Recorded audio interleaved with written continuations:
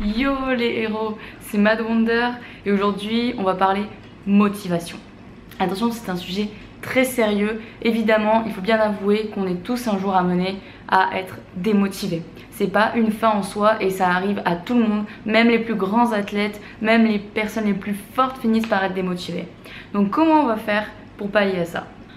Mon premier conseil, ça serait de définir vos buts, vos objectifs.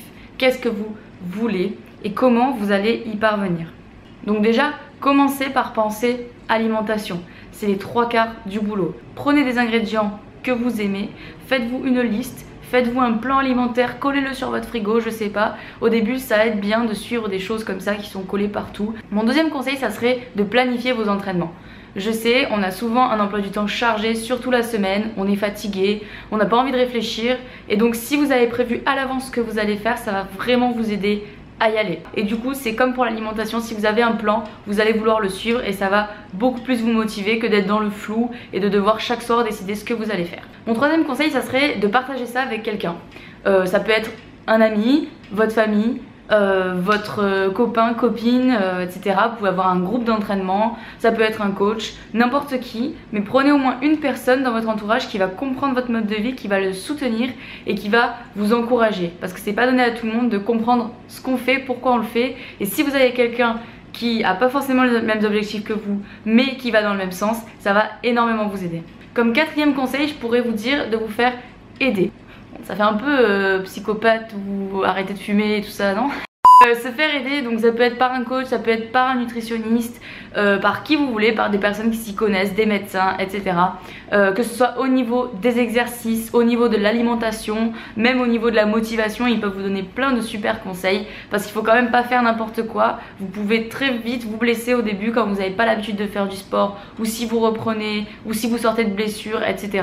Donc vraiment pensez à demander des conseils, n'y allez pas tête baissée et n'essayez pas de faire le même programme que le mec qui est dans la salle depuis 6 ans. En cinquième, je vous dirais de vous féliciter. Pensez-y, c'est important, je l'avais déjà mentionné dans une vidéo. Vous allez faire des progrès, vous allez, rien que le fait d'aller à la salle, si vous arrivez à aller à la salle le nombre de jours dans la semaine que vous êtes fixé ou à faire votre sport, ça peut être autre chose qu'aller à la salle dans la semaine, pensez à vous féliciter, pensez à être fier de vous. Ça peut être par l'alimentation, en vous faisant plaisir, ça peut être en allant en soirée et en buvant un apéro avec vos copains, ça peut être n'importe quoi, partez en week-end, achetez-vous un truc. Dans la même optique, en sixième conseil, je vous dirais de profiter du moindre de vos progrès. Ça peut être 5 kilos en plus sur la barre, ça peut être une rep de plus, ça peut être un mouvement mieux exécuté, ça peut être plein de choses, mais sachez le voir parce que souvent on a tendance à se rabaisser nous-mêmes, on a toujours tendance à ne jamais être satisfait de ce qu'on fait, on a beau progresser, on a beau avoir déjà un super corps, on continue à se critiquer et on continue à trouver les défauts et pas les qualités. En septième, je vous dirais de trouver des sources de motivation. Alors vous allez me dire oui, c'est le sujet de la vidéo, t'es là pour nous en donner.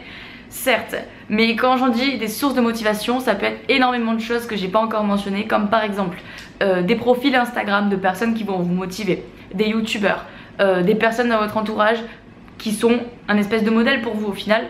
Des choses comme ça, ça peut être aussi les tenues de sport. Alors ça c'est très important. Vous allez voir que quand vous allez commencer le sport, vous allez vous y remettre. Une grande partie de votre argent et de votre budget shopping va passer dans les fringues de sport. Et oui, c'est fini de s'habiller en civil. Maintenant ça va passer aux leggings, aux shorts, aux brassières et aux débardeurs.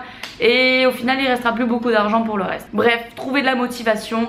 Faites-vous une putain de playlist qui démonte avec vos super musiques préférées que vous allez mettre avant d'aller à la salle pour vous motiver, pendant pour faire une rep de plus et après pour sortir et vous dire je l'ai fait, je suis fière de moi. Comme huitième conseil, je pourrais vous dire de prendre du recul. Donc pour le coup, prendre du recul par rapport à quoi? Par rapport à tout ce que vous pouvez voir sur les réseaux sociaux, que ce soit les photos de fit girl hyper sèches avec des abdos qui ressortent, des super cuisses, etc.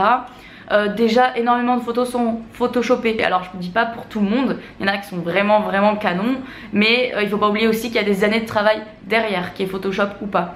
Donc pensez-y, ne vous dites pas que ça a été fait en un an, ne vous dites pas que tout le monde peut y arriver parce qu'on a tous un corps différent. Il faut pas non plus s'aveugler en se disant qu'on peut tous avoir le corps d'Apollon, c'est pas vrai. Il y a des personnes qui auront beau travailler comme des dingues, ils n'auront jamais le corps de, je sais pas moi, Paige Hathaway pour les filles par exemple.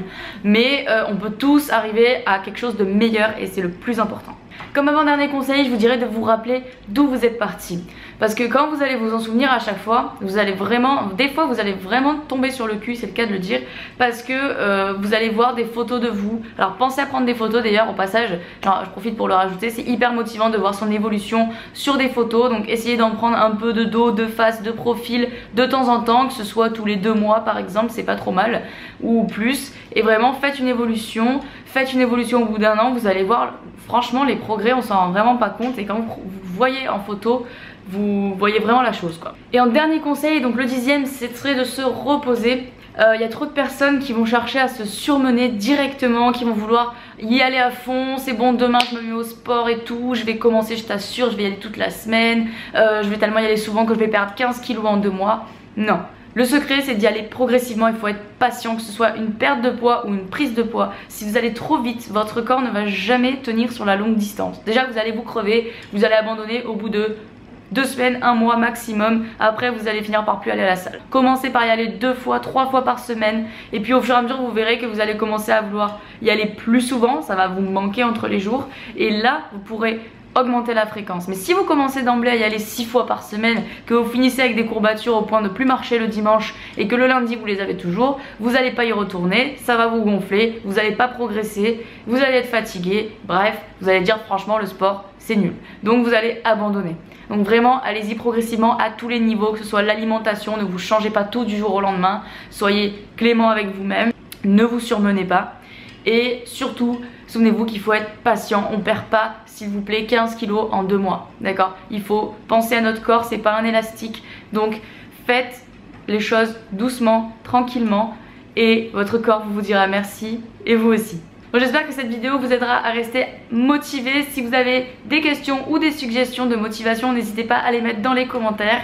Moi je vous retrouve très bientôt, et surtout n'oubliez pas que nous sommes des héros et qu'on ne se rend jamais.